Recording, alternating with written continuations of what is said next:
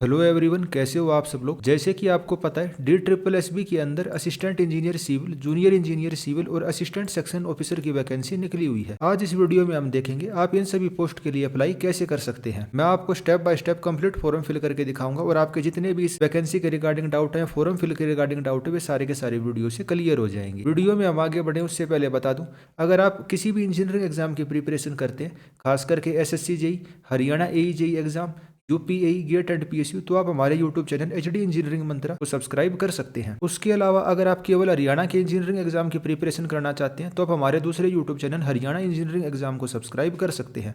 आज के दिन हरियाणा इंजीनियरिंग एग्जाम की प्रिपरेशन के अंदर हम नंबर 1 है।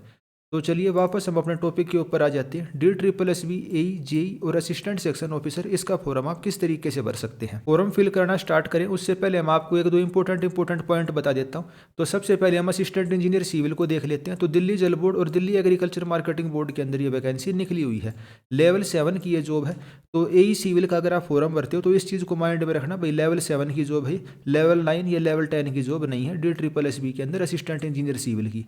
फिर बात आ जाती है जेई सिविल की। जेई सिविल की वैकेंसी आई है दिल्ली जल बोर्ड के अंदर और न्यू दिल्ली म्यूनसिपल काउंसिल के अंदर। ये लेवल 6 की जॉब है। और फिर आ जाती है असिस्टेंट सेक्शन ऑफिसर की। ये लेवल 7 की पोस्ट है और इसके अंदर भी अच्छी खासी संख्या के अंदर वैकेंसी आई हुई है। फॉर्म फिल करने की लास्ट डेट आपकी 25 मार्च 2026 है। और अब एजुकेशन क्वालिफिकेशन के ऊपर भी बच्चों का डाउट था, वो भी मैं एक बार आपका डाउट फटाफट क्लियर कर देता हूँ। जो असिस्टेंट इंजीनियर सिविल की वैकेंसी है उसके लिए एजुकेशन क्वालिफिकेशन आपसे मांगी गई है डिग्री इन सिविल इंजीनियरिंग। अगर आपने सिविल से BTech करी हुई है या बैचलर ऑफ इंजीनियरिंग की हुई है या डिग्री करी हुई है तो आप इस फॉर्म को भरने के लिए एलिजिबल हैं। कोई भी आपसे एक्सपीरियंस वगैरह नहीं मांगा गया है और मैक्सिमम एज लिमिट इसके अंदर 30 साल की है। और सर्टिफिकेट के ऊपर भी बहुत बच्चों को डाउट होता है, भाई आप हरियाणा की OBC हो या उत्तर प्रदेश के SC कैटेगरी के कैंडिडेट हो। तो वो चीज़ मैं आपको बता दूं, आपके पास दिल्ली सरकार का सर्टिफिकेट होना चाहिए। गवर्नमेंट ऑफ दिल्ली जो सर्टिफिकेट इशू करती है, अगर आपके पास वो वाला सर्टिफिकेट है तो ही इसके अंदर आप कैटेगरी से फॉर्म फिल कर सकते हो। अगर आप वैसे फॉर्म फिल करना चाहते हो तो आप केवल जनरल कैटेगरी से ही फॉर्म इसके अंदर भर सकते हो। फिर बात आ जाती है जेई सिविल की। इसके अंदर 2 डिपार्टमेंट के अंदर निकली हुई है। एक तो दिल्ली जल बोर्ड के अंदर निकली हुई है, एक निकली हुई है न्यू दिल्ली म्यूनसिपल काउंसिल के अंदर। दिल्ली जल बोर्ड के अंदर जो एजुकेशन क्वालिफिकेशन है, तो भाई अगर आपने डिग्री कर रखी है सिविल इंजीनियरिंग से तो भी आप इस फॉर्म को भरने के लिए एलिजिबल हो।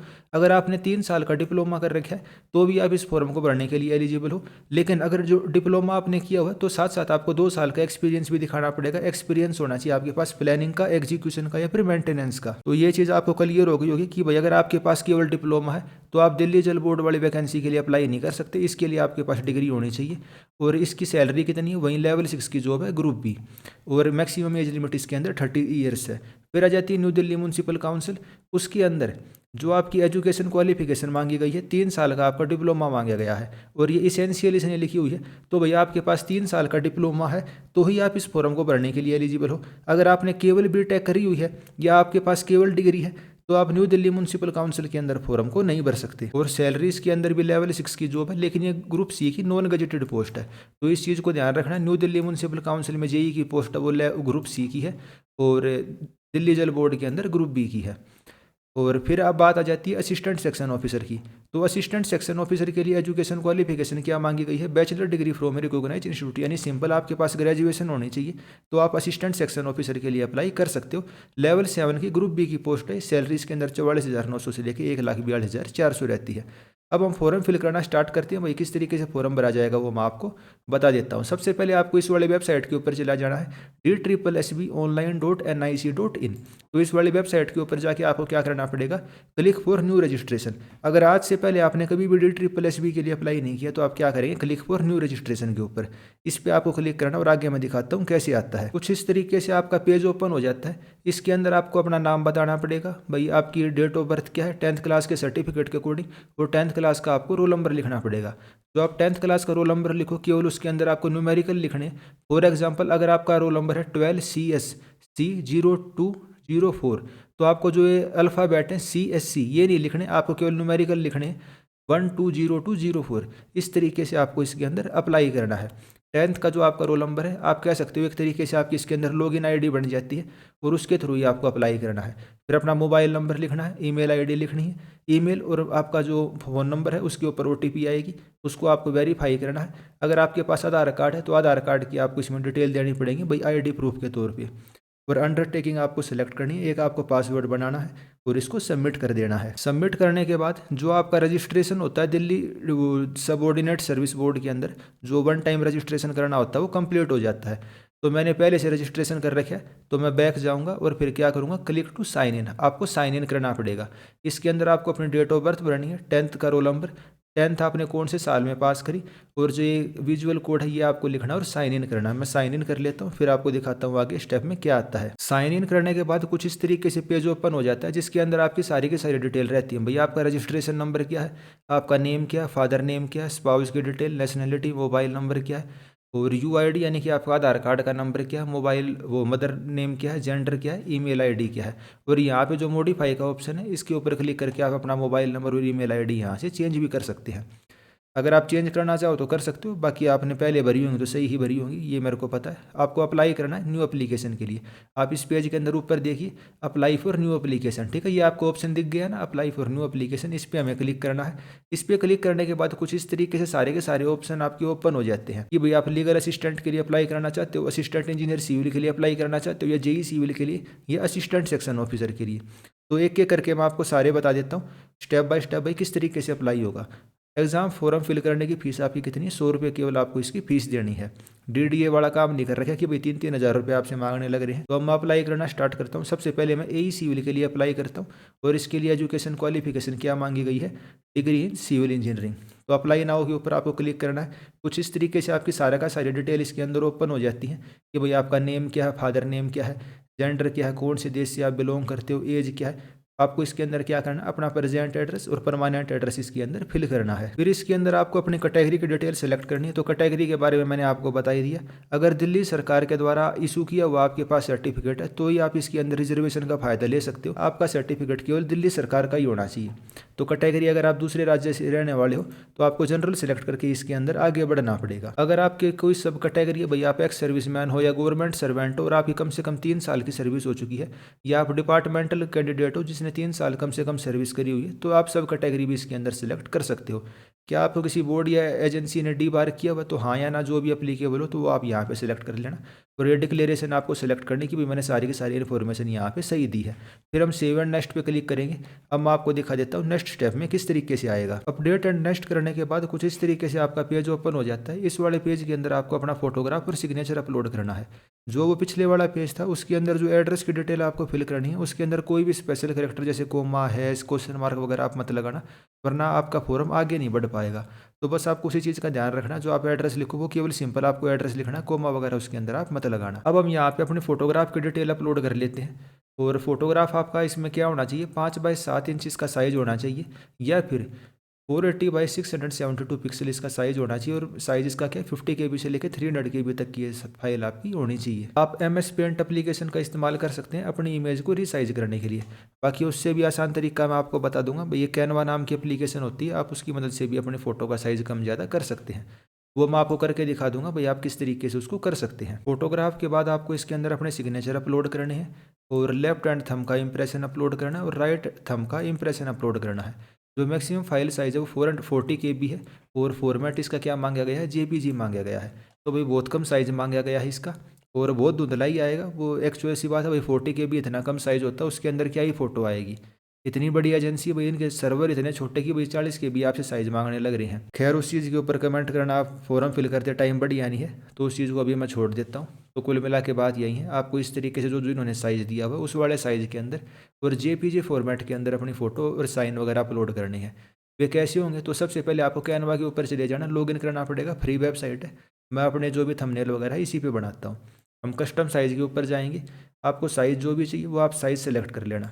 अब जैसे फोटोग्राफ के लिए क्या साइज़ चाहिए, रिक्वायर्ड रेजोल्यूशन 480 बाई 672। तो हम इसके अंदर वहीं कर लेते हैं 480 बाई 672। ये पिक्सल के अंदर साइज़ आ गया। ये देखिए इसने खुद भी बता दिया ना, मेटल प्रिंट 5/7 इंच, और वही चीज़ इसने लिखी हुई थी 5/7 इंच का इसका साइज़ होना चाहिए फ़ोटो का। तो ये स्टैंडर्ड साइज़ होता है, ऑटोमेटिकली इसके अंदर आ जाता है। हमने पिक्सल के अंदर किया, हम न्यू डिज़ाइन को बनाएंगे इसके अंदर। ये आपका न्यू डिज़ाइन बन के अंदर आ गया। ये टेम्पलेट वगैरह होते हैं, खैर हमें टेम्पलेट नहीं करने, मैं फ़ोटो अपलोड करनी है। तो जो मेरी पुरानी फ़ोटो है मैं उसी को इसके अंदर सेलेक्ट करूँगा। ये मेरी पुरानी फ़ोटो इसके अंदर आ गई। अब इसको मैं इसके अंदर एडजस्ट कर लूँगा, बहुत आसान सा तरीका है। ऐसे करके मैंने इसके अंदर अपनी फ़ोटो को यहाँ पे एडजस्ट कर लिया। फ़ोटो मेरी इसके अंदर एडजस्ट हो चुकी है। भाई मेरे दोनों कान इजीली दिखने लग रहे हैं। भाई सामने की तरफ मैं देखने लग रहा हूँ, वाइट पीछे बैकग्राउंड है। और इसको मैं क्या करूँगा, शेयर के ऊपर क्लिक करूँगा, डाउनलोड कर लूँगा। कौन से फॉर्मेट में करनी पड़ेगी, JPG फॉर्मेट के अंदर करनी पड़ेगी, क्योंकि उसने कहा DSSS भी नहीं, आपको JPG। देखो ये डाउनलोड हो गई। अब मैं वापस इसके वेबसाइट के ऊपर जाऊँगा, चूज़ फाइल पे क्लिक करूँगा। जो मैंने नया डिज़ाइन बनाया वो इसके अंदर किया, अपलोड के ऊपर क्लिक किया। File size can not be less than 50 KB। तो साइज़ हमारी जो अभी हमने डाउनलोड करी है उसका कितना हो गया, 33.7 KB। उसका साइज़ कम हो गया, तो हमें इसका साइज़ इंक्रीज़ करना पड़ेगा। तो वो कर लेते हैं हम एक बार। बाकी कुल मिला के बाद आपको सारी की सारी समझ में आ गई होगी।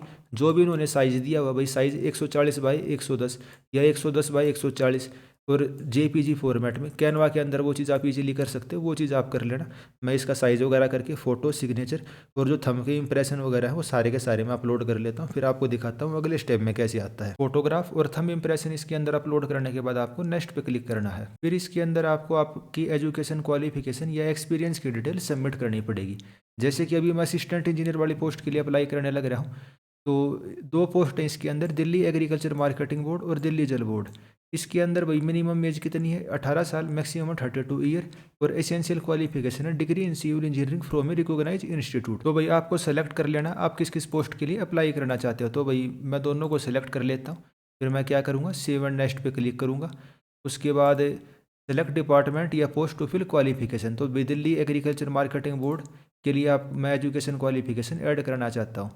तो कौन सी education qualification, degree in civil engineering में ऐड करना चाहता हूँ। इसके अंदर आपको अपनी सारी के सारी डिटेल इसके अंदर सबमिट करनी पड़ेंगी। भाई क्वालिफिकेशन क्या आएगी, आपकी ग्रेजुएशन आएगी। डिसिप्लिन, भाई डिग्री इन सिविल इंजीनियरिंग। फिर आपसे क्या मांगेगा, percentage up to 2 decimal point. तो इसके अंदर भाई आपके बीटेक में कितने नंबर हैं ये बताने पड़ेंगे। फॉर एग्जाम्पल, अगर आपके पास CGPA में नंबर है, मान लो किसी की 9 CGPA है और वहाँ पे कन्वर्जन का फैक्टर है 9, तो 9 मल्टीप्लाई बाई 9 81 आ जाएंगे। तो उस तरीके से आपको इसके अंदर अपनी परसेंटेज लिख लेनी है। भाई आप कौन से स्टेट से आपने करी हुई है बीटेक वो लिख लेना। उस स्टेट की कौन सी बोर्ड या यूनिवर्सिटी से करी हुई है वो वाली यहाँ पे आप सेलेक्ट कर लेना। अगर आपका उसके अंदर ऑप्शन आने लग रहा है तो बढ़िया बात है, वरना आप अदर करके भी इसके अंदर सबमिट कर सकते हैं। भाई कब आपने पास करा, और इसके अंदर आपको क्या करना है, इंसर्ट कर लेना है। सारी की सारी डिटेल इंसर्ट कर लेने के बाद इसको आपको क्या कर लेना है, सेव कर लेना है। तो इस तरीके से आएगा, do you want to save finally, if yes then click okay else cancel. तो हम इसमें ओके करेंगे। Data saved for one department, एक डिपार्टमेंट के लिए हमारा डाटा सेव हो गया। Fill all the department and then proceed. तो आपको सभी डिपार्टमेंट के लिए फिल करना पड़ेगा और प्रोसीड करना पड़ेगा। तो हम इसमें ओके कर लेते हैं। फिर हमें क्या सिलेक्ट करना है, दिल्ली जल बोर्ड असिस्टेंट इंजीनियर सिविल को सिलेक्ट कर लेना है। इसके अंदर क्वालिफिकेशन क्या मांगी है, डिग्री, डिग्री को हम सिलेक्ट करेंगे। भाई ग्रेजुएशन करी हुई है, degree in civil engineering select करेंगे। फिर इसके अंदर आपको नंबर बताने पड़ेंगे, भैया आपके कितने नंबर थे। फिर आपने कौन सी स्टेट से करी है वो आपको इसके अंदर डिटेल देनी है। भाई दिल्ली, हरियाणा, उत्तर प्रदेश, जहाँ से भी है आपने वहाँ से करी है। कौन सी बोर्ड या जो आपकी यूनिवर्सिटी थी वो आपको सेलेक्ट कर लेनी है। वो यूनिवर्सिटी का यहाँ पे नाम लिख देना। अगर वो बोर्ड यूनिवर्सिटी के अंदर नहीं दे रखा, कौन से टाइम पास करिए, इंसर्ट कर लेनी है और सेव कर लेनी है। और फिर हम नेक्स्ट पे क्लिक करेंगे। ये सारी चीज़ें मैं कर लेता हूँ, फिर दिखाता हूँ आगे कैसे आता है। असिस्टेंट इंजीनियर सिविल के अंदर 2 डिपार्टमेंट थे, दिल्ली एग्रीकल्चर मार्केटिंग बोर्ड और दिल्ली जल बोर्ड। दोनों के अंदर भाई मैंने जो एजुकेशन क्वालिफिकेशन है वो ऐड कर ली। फिर हम क्या करेंगे, नेक्स्ट के ऊपर क्लिक करेंगे। नेक्स्ट के ऊपर क्लिक करने के बाद आपका पूरा का पूरा एप्लीकेशन फॉर्म ओपन हो जाता है। भाई जो आपकी ने एड्रेस की डिटेल दी थी, आपने फ़ोटो अपलोड करी थी, आपके थंब इंप्रेशन हो गई, और किस किस पोस्ट के लिए आपने अप्लाई किया था या एजुकेशन क्वालिफिकेशन आपने क्या क्या ऐड करी थी वो आप देख सकते हैं। भाई दिल्ली एग्रीकल्चर मार्केटिंग बोर्ड और दिल्ली जल बोर्ड दोनों के लिए मेरी ग्रेजुएशन की डिटेल इसके अंदर शो करने लग रहा है। अगर आपको इसके अंदर किसी चीज़ के अंदर भाई गड़बड़ लगती है तो आप इसमें देखिए edit personal detail, edit photo, edit qualification and experience, इसके ऊपर क्लिक करके अपनी भाई उस डिटेल को चेंज कर सकते हैं। फिर आपको डिक्लेरेशन को सिलेक्ट कर लेना। भाई मैंने सारी इन्फॉर्मेशन सही सही दी है, इसी वाले डिक्लेरेशन को भी सिलेक्ट कर लेना। और फिर क्या करना है, पे online and submit final application, इसके ऊपर हम क्लिक करेंगे। आप किस पोस्ट के लिए अप्लाई करना चाहते हो, assistant engineer civil, post code 802/26। हम यह क्या करेंगे, पे ऑनलाइन के ऊपर क्लिक करेंगे। आपका पेमेंट का गेट भी ओपन हो जाता है। भाई एक बार फीस पे कर दी तो वो वापस नहीं मिलेगी, और आपको ढंग से फॉर्म फिल करना है। पे नाउ के ऊपर हम क्लिक करेंगे। आप किस तरीके से पे करना चाहते हो, भाई UPI से कर सकते हो, डेबिट कार्ड से कर सकते हो। तो मैं UPI से करता हूँ। मैं UPI का ऑप्शन सेलेक्ट कर लूँगा। मैं QR कोड को स्कैन करके पेमेंट करना चाहता हूँ। तो UPI QR कोड के ऊपर मैंने क्लिक किया, पे नाउ के ऊपर क्लिक करूँगा। इस ये QR कोड आ गया है। इसको मैं स्कैन कर लेता हूँ और पेमेंट कर लेता हूँ। एक चीज़ ध्यान रखना, जब आप पेमेंट करने लग रहे हो, इस पेज को ना तो वो रीलोड करना है, ना कैंसिल करना है, ना कुछ और करना है। ऑटोमेटिकली आपकी पेमेंट ओके हो जाएगी, आपको अपनी तरफ से कुछ भी नहीं करना है, इस पेज को छेड़ना ही नहीं है। तो मैं पेमेंट कर लेता हूँ और फिर दिखाता हूँ किस तरीके से आता है। ऑटोमेटिकली ये वाला पेज आपका भाई रिफ्रेश होकर ये शो करने लग रहा है, your payment has been done successfully, your application number is this and this. तो भाई जो एक एप्लीकेशन है उसके लिए हमारा क्या हो गया, अप्लाई हो गया। अब हमें क्या करना है, अप्लाई फॉर न्यू एप्लीकेशन के ऊपर जाएंगे और इसके अंदर दोबारा से वो डैशबोर्ड सा खुल जाएगा।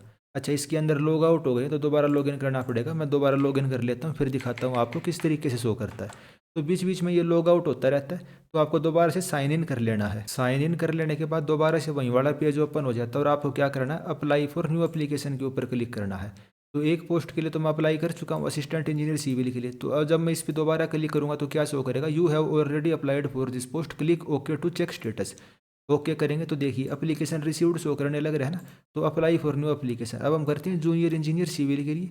और इसमें आपको क्या करना, अप्लाई नाउ करना, सारे के सारे सेम वही स्टेप रहेंगे। आपको एड्रेस वेड्रेस लिख लेना और इसमें सबमिट कर देना है। एड्रेस लिखते टाइम ये ध्यान रख लेना कोई भी स्पेशल कैरेक्टर ना हो, वरना इसके अंदर आगे नहीं बढ़ता। ये सारे डिटेल फिल करके मैं इसको सेव एंड नेक्स्ट कर लेता हूँ, फिर आपको दिखाता हूँ किस तरीके से आगे आता है। फिर इसके अंदर देखिए आप किस पोस्ट के लिए अप्लाई करने लग रहे हैं, जेई सिविल के लिए, पोस्ट कोड 803/26। आपका नेम वेम आ जाएगा और फिर उसी तरीके से आपको फोटो, आपके जो सिग्नेचर है, थंब इम्प्रेशन है, वो सारे के सारे इसके अंदर अपलोड करने पड़ेंगे। मैं सारी चीज़ें अपलोड कर लेता हूँ, फिर दिखाता हूँ कैसे आता है। नेक्स्ट के बाद आएगा भाई आप किस किस पोस्ट के लिए अप्लाई करना चाहते हो और उसके लिए एजुकेशन क्वालिफिकेशन क्या है।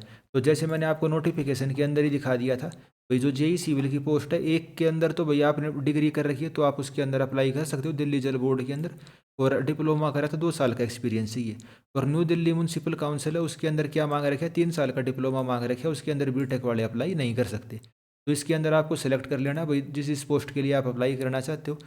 अगर आपके पास एसेंशियल क्वालिफिकेशन उस चीज़ की नहीं है तो आप उसके लिए अप्लाई नहीं कर सकते। जैसे कि न्यू दिल्ली म्यूनसिपल काउंसिल के अंदर अगर आपने बीटेक करी हुई है खाली और आपके पास डिप्लोमा नहीं है तो आप उस चीज़ के लिए अप्लाई नहीं कर सकते। तो सोच समझ के उस चीज़ के लिए अप्लाई करना आप, ठीक है। तो हम सेव एंड नेक्स्ट कर लेते हैं। आप किस पोस्ट के सिलेक्ट करना चाहते हो, तो भाई सबसे पहले आती है न्यू दिल्ली म्यूनसिपल काउंसिल, उसको सेलेक्ट किया। एजुकेशन क्वालिफिकेशन किया भाई 3 साल का डिप्लोमा, क्वालिफिकेशन आपको डिप्लोमा सेलेक्ट करना और अपनी डिटेल इसके अंदर फिल कर देनी है। अगर आपने बीटेक करी हुई है तो आप इसके लिए अप्लाई नहीं कर सकते, ये चीज़ मैं आपको क्लियरली बता देता हूँ। अगर आपने 3 साल का डिप्लोमा करने के बाद बीटेक करी हुई है तो आप इसके लिए अप्लाई कर सकते हो, वरना इसके लिए अप्लाई नहीं कर सकते। तो डिप्लोमा की डिटेल और जैसे हमने पहले सारी की सारी डिटेल इसके अंदर फिल करी थी वो हम इसके अंदर सेलेक्ट कर लेंगे। तो और उसके बाद आपको क्या करना है, इंसर्ट कर लेना है और फिर सेव कर लेना है। फिर आपको क्या सिलेक्ट करना है, यहाँ से आपको फिर दिल्ली जल बोर्ड को सिलेक्ट कर लेना है। उसके अंदर जो जो एजुकेशन क्वालिफिकेशन है वो आप इसके अंदर सबमिट कर सकते हो। सिलेक्ट क्वालिफिकेशन कैटेगरी एनीवन, भैया तो आपके पास 3 साल की डिग्री होगी या 3 साल का डिप्लोमा और 2 साल का एक्सपीरियंस, तो वो चीज़ें आप इसके अंदर ऐड कर लेना। सारी की सारी एजुकेशन क्वालिफिकेशन की डिटेल फिल करने के बाद आपको क्या करना है, नेक्स्ट करना। और मैं दिखा देता हूँ नेक्स्ट करने के बाद आपको किस तरीके से शो करेगा। नेक्स्ट करने के बाद आपका पूरा का पूरा एप्लीकेशन फॉर्म ओपन हो जाता है। उसके अंदर आप देख सकते हो भाई आपकी सारी की सारी डिटेल आ जाएंगी, भाई आपका एड्रेस क्या है, फोटो, सिग्नेचर वगैरह। और फिर अगर आप किसी चीज़ को एडिट करना चाहते हो तो जो एडिट का ऑप्शन है भाई, edit personal detail, edit photo, edit qualification, उसके ऊपर क्लिक करके आप अपनी डिटेल को एडिट कर सकते हो। फिर आपको डिक्लेरेशन को सिलेक्ट कर लेना और फाइनल स्टेप जैसे मैंने असिस्टेंट इंजीनियर में बताया था, इसके अंदर भी भाई आपको फिर अपनी फीस पेमेंट करनी है। डिक्लेरेशन को सिलेक्ट करेंगे, pay online and submit final application. JE civil के लिए हम अप्लाई करने लग रहे हैं, पोस्ट कोड है 803/26। पे ऑनलाइन पे हम क्लिक करेंगे। भाई किस तरीके से आप पेमेंट करना चाहते हो, भैया पहले तो आपकी डिटेल विटेल आ जाएंगी। पेमेंट कैसे, भाई हम यूपीआई से करना चाहते हैं, क्यूआर कोड करेंगे, पे नाउ करेंगे, आपका क्यूआर कोड इसके अंदर आ जाएगा। तो जैसे मैंने पहले बताया भाई आपको कुछ भी चीज़ इसके अंदर वेरीफाई वो रीलोड वगैरह नहीं करना है, इस पेज को छेड़ना नहीं है। अपने फ़ोन से सिंपल क्यूआर कोड को स्कैन करना है और पेमेंट को कर देना। पेमेंट हो जाने के बाद ऑटोमेटिकली ये पेज रीलोड होगा, आपको कुछ भी नहीं करना है। भाई बहुत सारे स्टूडेंट फिर कमेंट कर करके पूछते हैं कि सर गड़बड़ हो गई, ये हो गई। तो आपको इस तरीके से लिखा हुआ आ जाएगा, your payment have been done successfully, your application number is this and this. फिर आपको क्या करना है, अप्लाई फॉर न्यू एप्लीकेशन के ऊपर क्लिक करना है, ठीक है। ऐसे ही जितनी, अब देखो ये दोबारा लॉग आउट हो गया तो हम क्या करेंगे, इसके अंदर दोबारा से लॉग इन कर लेंगे।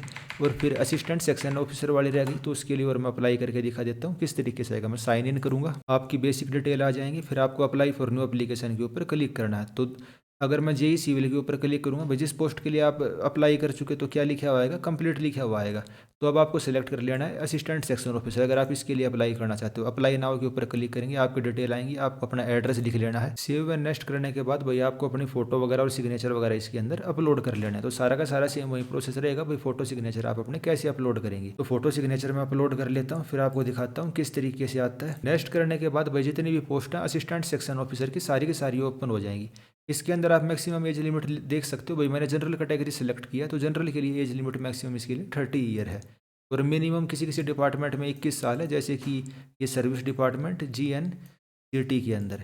और एसेंशियल क्वालिफिकेशन क्या, भाई bachelor degree from recognise institute, यानी आपके पास ग्रेजुएशन होनी चाहिए। और Delhi urban shelter improvement board के अंदर साथ साथ क्या मांगा गया है, कंप्यूटर की प्रोफिशिएंसी, यानी आपको कंप्यूटर चलाना भी आना चाहिए, ये चीज़ भी मांगी गई है। बाकी तो दिल्ली पोल्यूशन कंट्रोल बोर्ड के अंदर भी डिजायर्ड क्वालिफिकेशन के अंदर लिखा है, लेकिन वहाँ इसेंशियल में नहीं है। तो जिस पोस्ट के लिए आप अप्लाई करना चाहते हो उन सभी को आपको क्या कर लेना, सेलेक्ट कर लेना है। सेव एंड नेक्स्ट करेंगे, आपको इसके अंदर फिर क्या अपनी एजुकेशन ऐड करनी है। तो दिल्ली पोल्यूशन कंट्रोल बोर्ड के लिए आपको एजुकेशन की ऐड करनी है bachelor degree from a recognise institute, यानी कि आपकी ग्रेजुएशन की डिटेल। ठीक है, ग्रेजुएशन भाई कहाँ से करी है वो सारी डिटेल आपको इसके अंदर ऐड करनी है। फिर आ जाता है Delhi urban shelter improvement board, इसके अंदर क्या क्या ऐड करना पड़ेगा आपको, कंप्यूटर आपको अच्छे से चलाना आता है उसका सर्टिफिकेट, और बैचलर डिग्री दोनों इसके अंदर आपको अपलोड करनी पड़ेगी। तो भाई इसके अंदर आपको सिलेक्ट करनी है भाई ग्रेजुएशन, फिर कंप्यूटर प्रोफिशिएंसी भी इसी तरीके से आपको सेलेक्ट करनी पड़ेगी, और कंप्यूटर वाले की डिटेल आपको इसके अंदर मतलब केवल सिलेक्ट करना है आपको। Candidate should ensure that he she is eligible for the post as per qualification given above. तो कोई आपसे एक्स्ट्रा डिटेल नहीं मांगने लग रहा है कंप्यूटर प्रोफिशिएंसी की, बस आपसे सेलेक्ट करवाने लग रहा है दिल्ली शेल्टर के अंदर। फिर आता है सर्विस डिपार्टमेंट, जिसके अंदर सबसे ज़्यादा वैकेंसी है, तो उसके अंदर भी बैचलर डिग्री मांगी गई है, तो वो चीज़ आप इसके अंदर कर देना। और सेव करने के बाद इंसर्ट करिए, आपने सेव करी, नेक्स्ट के बाद फिर सिंपल आपको फीस पेमेंट करनी है, और आपका ये वाला फॉर्म सबमिट हो जाएगा। तो भाई DSSB के अंदर जो ये वैकेंसी निकली हुई है असिस्टेंट इंजीनियर सिविल की दिल्ली जल बोर्ड के अंदर, और एग्रीकल्चर मार्केटिंग बोर्ड के अंदर, जेई सिविल की दिल्ली जल बोर्ड और न्यू दिल्ली म्यूनसिपल काउंसिल के अंदर, और असिस्टेंट सेक्शन ऑफिसर की सर्विस डिपार्टमेंट के अंदर या दिल्ली पोल्यूशन कंट्रोल कमेटी के अंदर। तो इन सब के फॉर्म किस तरीके से भरने, मैंने सारी चीज़ें आपको एक एक चीज़ें लाइव स्टेप बाय स्टेप करके दिखा दी है। फीस पेमेंट तक का सारा स्टेप और प्रोसेस मैंने आपको करके दिखा दिया है। उसके अलावा एजुकेशन क्वालिफिकेशन में भी अगर आपको कोई कन्फ्यूजन था, तो मेरे हिसाब से जब मैंने वीडियो के अंदर फॉर्म भर के दिखाया तो सारी चीज़ें आपकी क्लियर हो गई होंगी। भैया किस एजुकेशन क्वालिफिकेशन के साथ आप किस वाली पोस्ट को भर सकते हो। रिजर्वेशन सर्टिफिकेट, भैया आपका OBC का सर्टिफिकेट, EWS का सर्टिफिकेट चल पाएगा कि नहीं चल पाएगा, उसके रिगार्डिंग भी मैंने आपको बता दी। भाई दिल्ली सरकार का सर्टिफिकेट होना चाहिए, हरियाणा सरकार का, राजस्थान सरकार का, उत्तर प्रदेश सरकार का सर्टिफिकेट आपका इसके अंदर वैलिड नहीं रहेगा। तो भाई DSSB के अंदर जो है लेटेस्ट रिक्रूटमेंट आई हुई है, एडवर्टीजमेंट 4593 करके 20/2 का ये नोटिफिकेशन है, और एडवर्टीजमेंट नंबर 802/26, 803/26, 804/26, इनके फॉर्म किस तरीके से भरने हैं वो मैंने आपको अच्छे तरीके से समझा दिए हैं। आपके जो भी डाउट होंगे वीडियो को ध्यान से देखना, आपके सारे क्लियर हो जाएंगे। लेकिन फिर भी अगर कोई क्लियर नहीं होता तो आप कमेंट करके पूछ सकते हैं, आप टेलीग्राम के ऊपर कनेक्ट कर सकते हैं। और इस वीडियो में हम इतना ही रखते हैं। अगर आप किसी भी इंजीनियरिंग एग्जाम की प्रिपरेशन करते हैं, खासकर SSC JEE Haryana AE exam, तो हमारे YouTube channel HD engineering Mantra को सब्सक्राइब कर लीजिए। DSSB AE JEE रिक्रूटमेंट है, इसके रिगार्डिंग भाई जो आपकी तैयारी कैसे करनी चाहिए, सिलेबस क्या रहेगा, पेपर पैटर्न क्या रहता है, पहले कट ऑफ क्या गई है, या और जितनी भी चीज़ें हैं जो इसमें इंजीनियरिंग एग्जाम है असिस्टेंट इंजीनियर और जूनियर इंजीनियर सिविल के रिगार्डिंग, उनके लिए जल्दी ही आपको हमारे चैनल पे कोई ना कोई नया इनिशिएटिव देखने को मिलेगा। तो इस वीडियो में इतना ही रखते हैं। आपके आने वाले एग्जाम्स के लिए मेरी तरफ से बेस्ट ऑफ लक। धन्यवाद।